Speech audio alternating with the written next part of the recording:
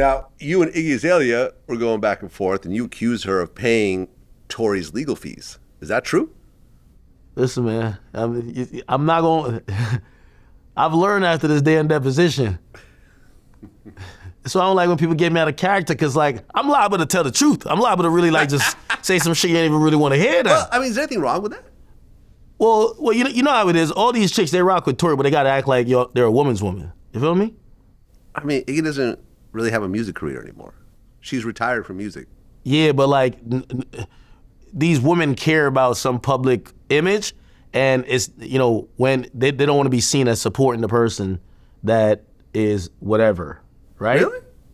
Yes. I guess. Yo, women flame other women for that. Okay. That's a fact. Gotcha. Anytime we've seen a woman come out and they assume, or when it's men, they're like, oh, y'all just misogynistic, right? Obviously a false label, but they have no problem saying that. Yeah, I just heard through the grapevines that was, but I was just confused, like, yo, like, why are you get into it with me over some stupid stuff? And again, it's like tone though. You know what I mean? It's like, bro, like, Iggy was talking to me like she was Jim Jones. Gangster, like in the DMs talking crazy. What was she saying? Was she threatening you? Well, not like physically and shit like that, but she's talking crazy. Like, I ignored her. What is the craziest thing she said? What was she saying? Like, yo, you lazy piece of shit. This is why I did. Like, this calling crap. Like, yo. Like, the whole time, like, yo, you ever look at your phone and you gotta, like, look around and be like, yo, I re-scrolled, I backed out of the message. I couldn't even believe it. I'm like, yo, this I know her OnlyFans money is hitting, because there's no rapper who even talks to me like that, male or female. Like, she was talking crazy. I did talk, which, by the way, every time I'm realizing I talked to somebody else, they said, oh yeah, she talked crazy like that to me too. I'm like, nah. She must be done with music, because the way and she's up, I think. I think she's up off that OnlyFans, whatever, feet pics, you know, selling some camel toe pictures, like whatever, she's good. But she was talking to me crazy, and I didn't respond.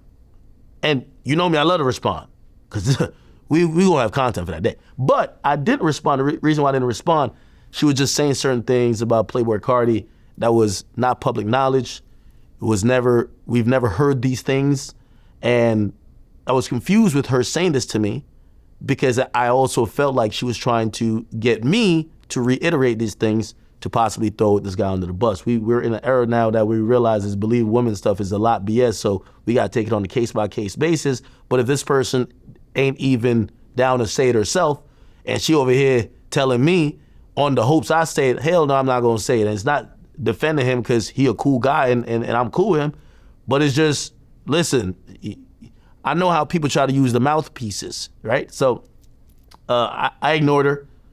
I come back like a day and a half, 2 days later, open my DMs again. I'm thinking, all right, it's gonna eventually get to the bottom. I'm like, yo, she gonna go back to selling feed pics and whatever she got going. She be doing some crypto stuff. All right, let her do her little finesses.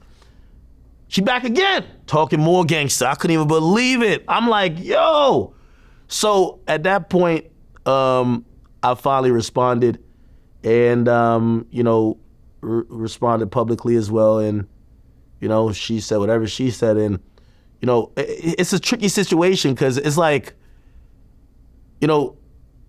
it's like beefing with your ex baby mama or something like that, like your ex girlfriend, like, and she could say something. I don't want to do that, especially when you're not even just talking to me about me.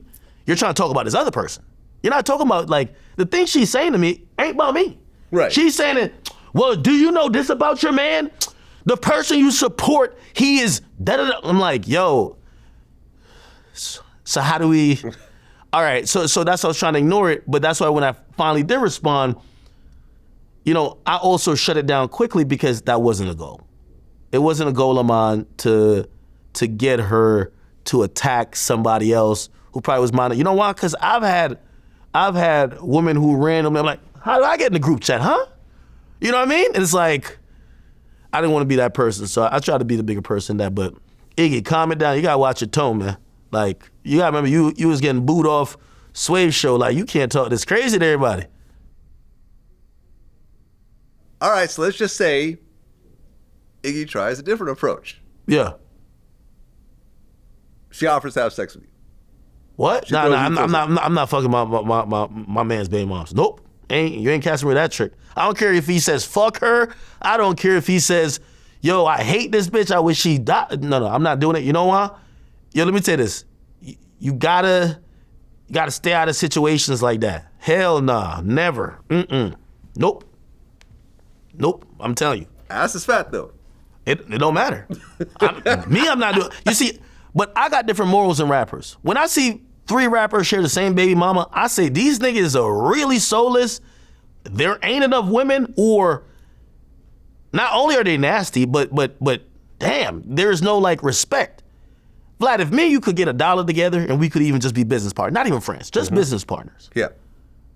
I don't want no woman you've dealt with. Likewise. If we're in an industry, say I'm an NBA player, I'm clearly not, but let's say I'm an NBA player. I don't want none of their girls. When I see men with all the power, reach, and money go for the same little subsection of women, it's a little bit odd to me. And you know what I mean? Also, this is why I realize rappers are constantly in turmoil. Half of these niggas are beefing over a girl. Now, they won't say it, because you ever see 2 niggas fight? It's really over the girl. But they gonna be like, nah, yo, I ain't beat that nigga up for the girl. It's a principle. Y'all niggas start disrespecting me. No. You know exactly why you did that. It started over pillow talking and a girl, and that was your girl, that was your LA girl. Every time you go there, you smack it, but then your other man's with her.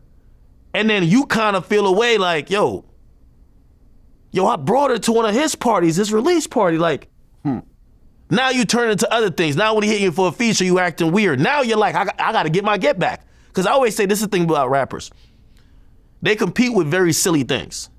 Yo, I'm the first nigga with a Ferrari truck. 6 months later, everybody has a Ferrari truck. I got this. It's the I got this Olympics.